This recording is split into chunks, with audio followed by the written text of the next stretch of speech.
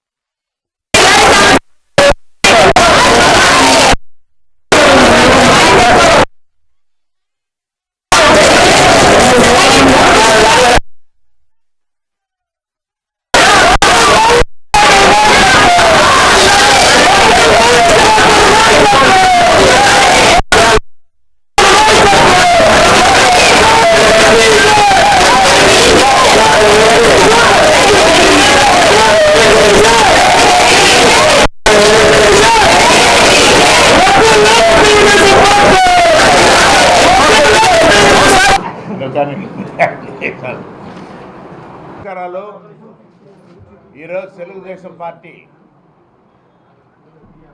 ఆవిర్భావం అయ్యి 42 సంవత్సరాలు గడుస్తున్నాయి. అప్పటి నట సార్వభౌముడు, విశ్వవిఖ్యాత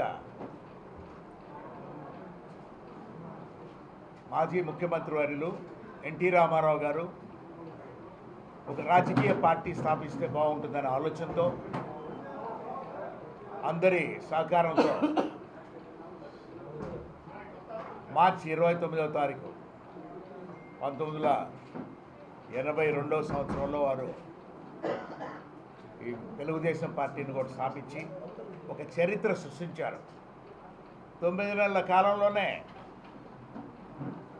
ఎప్పుడు భారతదేశంలో ఎక్కడా కూడా, ప్రపంచంలో చూసుకున్నా కూడా ఒక 9 నెలల కాలంలో పార్టీ పుట్టి అధికారంలోకి వచ్చిందంటే ప్రత్యేకంగా ఒక తెలుగుదేశం పార్టీకే అది వీలైందనేది మనం తెలుసుకోవాల్సిన విషయం. అది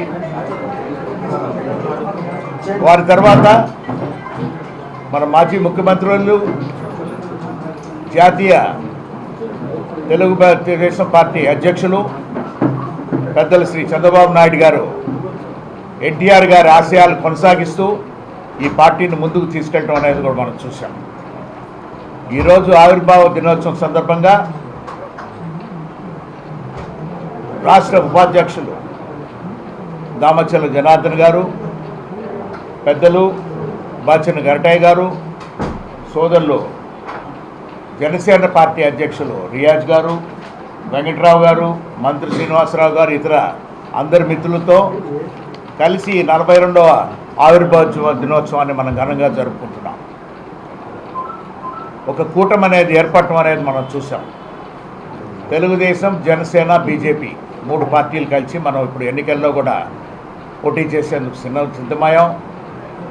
జనసేన పార్టీ అధ్యక్షులు పవన్ కళ్యాణ్ గారు, అదేవిధంగా బీజేపీ రాష్ట్ర అధ్యక్షులు పురంధేశ్వరి గారు, మన జాతీయ పార్టీ సెక్రటరీ గారు లోకేష్ బాబు గారు, అందరి ప్రయత్నం ఒకటే. ఎవరైనా కూడా ఈ ప్రభుత్వాన్ని మనం పారదోలాలి, తరిమేయాలి.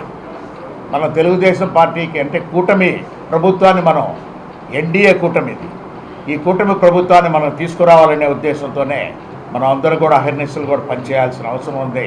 మాగుంట కుటుంబం ఎప్పుడు కూడా మీ సేవలోనే 33 సంవత్సరాలుగా ఇక్కడ ఒంగోలులో కూడా ఉన్నాం. ఇంకా కూడా సేవ చేసే దాని కొరకు ఎప్పుడు కూడా అవకాశం కల్పించమని కూడా మీకు కోరుకుంటూ ఉన్నాం. Thank you. గొప్ప మరి నాయకుడు ఎన్టీఆర్. అలాంటి ఎన్టీఆర్కి ఇవాళ ఎంతమంది ప్రపంచవ్యాప్తంగా ఉన్న తెలుగువారే కాకుండా మిగతా భాషల్లో ఎక్కడ పోయినా సరే ఆయనకి నీరాజనాలు పెట్టారు. ఆయన 1989లో ఎలక్షన్స్ అప్పుడు నార్త్ ఇండియా వెళ్తే ఎక్కడ పోయినా సరే ఆయన రాముడు కృష్ణులాగా పిలిచారు, నీరాజనం పలికారు. అప్పట్లో ఎన్డీఏ మళ్ళీ ఒక నేషనల్ ఫ్రంట్ అధికారంలో రావడానికి ప్రధాన కారకుడు ఎన్టీఆర్ అనే విషయాన్ని కూడా ఆయన నేషనల్ ఫ్రంట్ చైర్మన్గా ఉండి ఈ దేశంలో మార్పు రావాలని చెప్పి కోరిన వ్యక్తి మన ఎన్టీఆర్. మరి ఆయన అడుగుజాడలలో మరలా ఇవాళ ఈ రాష్ట్రంలో ఉన్న పరిస్థితి నేనైతే చెబుతా ఉన్నా. 1977 నేను ఎమర్జెన్సీ, ఇందిరాగాంధీ ఎమర్జెన్సీ చూశాను. ఆ ఎమర్జెన్సీ కన్నా కూడా దారుణమైన పరిస్థితులు ఇవాళ జగన్మోహన్ రెడ్డి పాలనలో జరుగుతూ ఉన్నాయి. మిగతా కక్ష సాధింపు చర్య అప్పుడు కూడా లేవు ఇంత కాన్సెప్ట్. అలాంటి ఘోరమైన పనులు, విధ్వంసకరమైన పాలన సాగుతాం. దీంతో అంతమొందించాల్సిన అవసరం, ఆవశ్యకత ఉంది. ముఖ్యంగా భావితరాల వాళ్ళు, యువకులు ముందుకు రావాలి. అందుకనే ఈనాడు ఈ రాష్ట్రంలో తెలుగుదేశం పార్టీ, జనసేన, బీజేపీ 3 కూటమి కట్టి ఎట్టి పరిస్థితుల్లో కూడా అందరి ధ్యేయం ఒకటే, జగన్ని ఓడించాలి, ఇలాంటి విధ్వంసక పరిమాణాన్ని అంతమొందించాలి అనే ఏకైక లక్ష్యంతో మనం ముందుకు పోతున్నాం. అవ్వాల్సిన అవసరం లేని విషయం అందరూ మనం చేస్తూ మీ ద్వారా నేను అందరికీ మనం చేస్తుంటే మనలో కూటమి అభ్యర్థులందరినీ కూడా గెలిపించుకునే దిశగా మేమందరం అడుగులు వేస్తున్నాం. ఉమ్మడి ప్రకాశం జిల్లాలో ఉన్నటువంటి 12 అసెంబ్లీలతో పాటు 2 పార్లమెంట్లు కూడా గెలిపించుకునే విధంగా కూటమి విజయం అవకాశానికి మేమందరం కూడా కృషి చేస్తాం.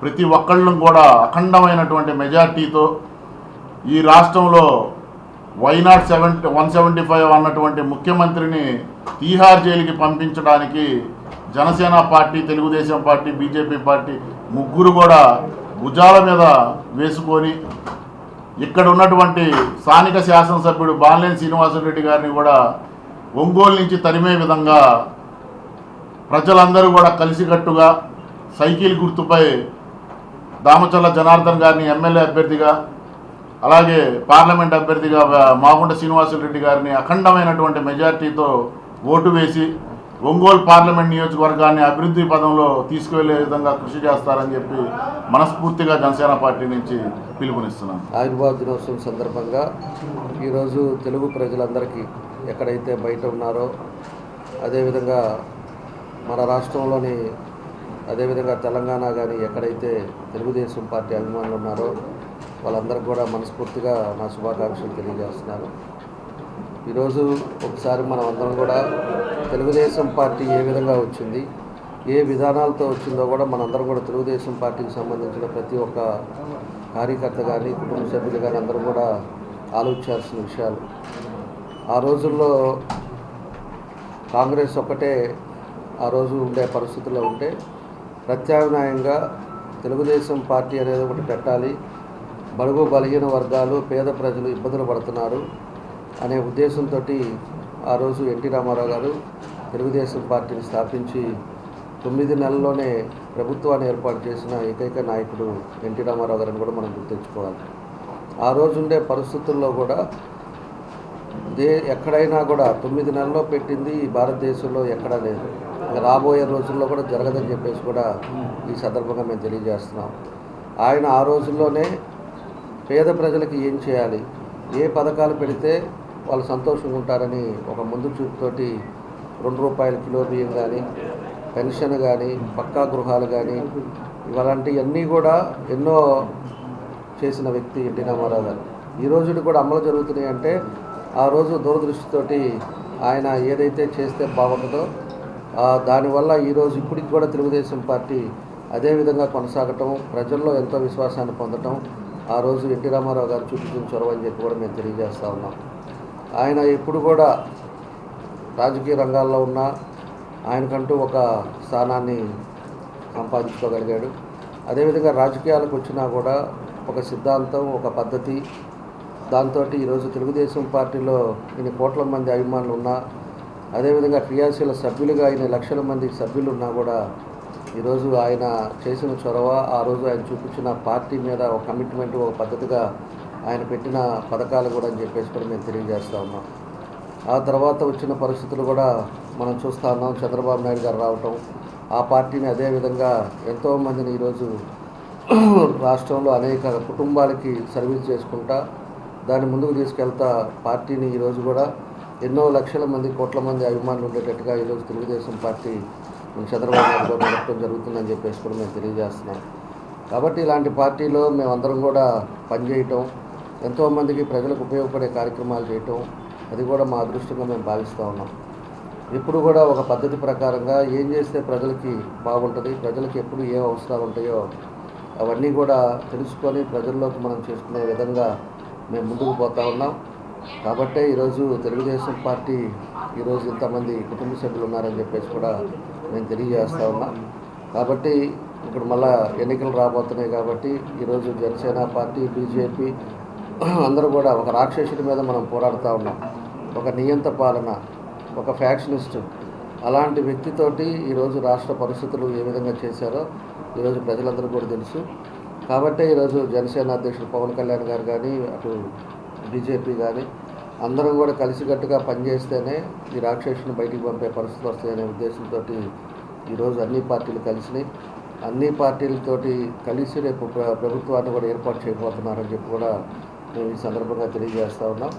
కాబట్టి తెలుగుదేశం పార్టీలో పనిచేయటం మా అదృష్టంగా భావిస్తూ తప్పకుండా రేపు ఎన్నికల్లో అటు ఎంపీగా మన మాగుంట శ్రీనివాసరెడ్డి గారు, అదేవిధంగా ఎమ్మెల్యేగా 3 పార్టీలు ఉమ్మడి అభ్యర్థులుగా మేము పోటీ చేస్తున్నాం. కాబట్టి అందరూ కూడా సహకరించండి. తప్పకుండా అన్ని విధాలుగా కూడా మీకు అండగా ఉంటాం. పార్టీకి ఏ విధంగా గుర్తింపు తీసుకురావాలో, వెనకటికి వాళ్ళ పెద్దలు ఏం చేశారో ఆ పద్ధతిలో మేము అందరం కూడా ఉంటామని చెప్పి కూడా ఈ సందర్భంగా మేము తెలియజేస్తూ ఈరోజు తెలుగుదేశం పార్టీ కుటుంబ సభ్యులందరూ కూడా మరోసారి నా అభినందనల దగ్గర అది ఎమ్మిగనూరులో ఆయన ఫస్ట్ మార్నింగ్ సెక్షన్ అక్కడ పెట్టుకుంటున్నారు. అక్కడి నుంచి 2:30కి మార్కాపురం అక్కడ బహిరంగ సభ ఉంది. ఆ తర్వాత అక్కడి నుంచి బాపట్ల, రేపల క్యాన్సిల్ అయినట్టుంది, బాపట్ల వరకు ఈవినింగ్ బాపట్ల సెక్షన్ పెట్టుకుంటున్నారు. కాబట్టి మన జిల్లాకు వచ్చే లోపల ఉమ్మడి జిల్లాలో మార్కాపురం ఉంటుంది. మార్కాపురం కూడా అన్ని ఏర్పాట్లు కూడా చేశారు. తప్పకుండా ఆ కార్యక్రమం కూడా భారీ ఎత్తున సక్సెస్ అవుతుందని చెప్పి కూడా మేము తెలియజేస్తున్నాం. మళ్ళీ నెక్స్ట్ వీక్ ఎప్పుడో ఇంకొక 3 నియోజకవర్గాలు మళ్ళీ ఈ ప్రోగ్రామ్స్ కూడా ఉంటాయి. దాన్ని బట్టి మళ్ళీ షెడ్యూల్ ఇస్తాం.